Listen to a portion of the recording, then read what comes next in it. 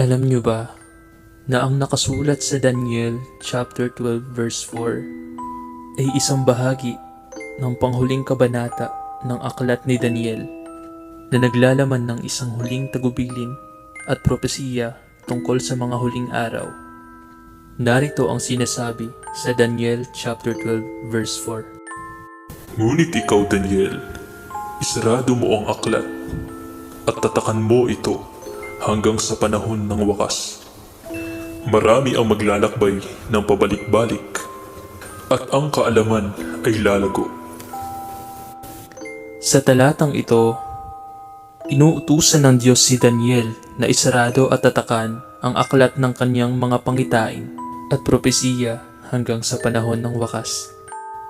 Ang pagsasara at pagtatakip sa aklat ay nagpapahiwatig na ang mga detalye ng hula ay hindi ganap na mauunawaan o maipapaliwanag hanggang sa dumating ang takdang panahon.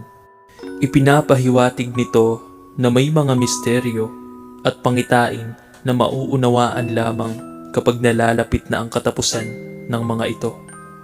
Ang maraming maglalakbay ng pabalik-balik ay madalas na ipinapaliwanag bilang tanda ng isang panahon ng pagsisiyasat, pag-aaral at paghahanap ng kaalaman.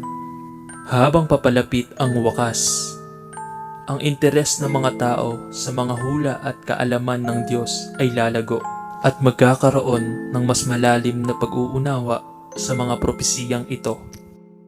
Sa kabuuan, ang Daniel chapter 12 verse 4 ay nagpapakita ng isang pagpapahayag ng may mga misteryo ng Diyos na hindi pa naibubunyag sa kabuuan at ihahayag lamang sa tamang panahon.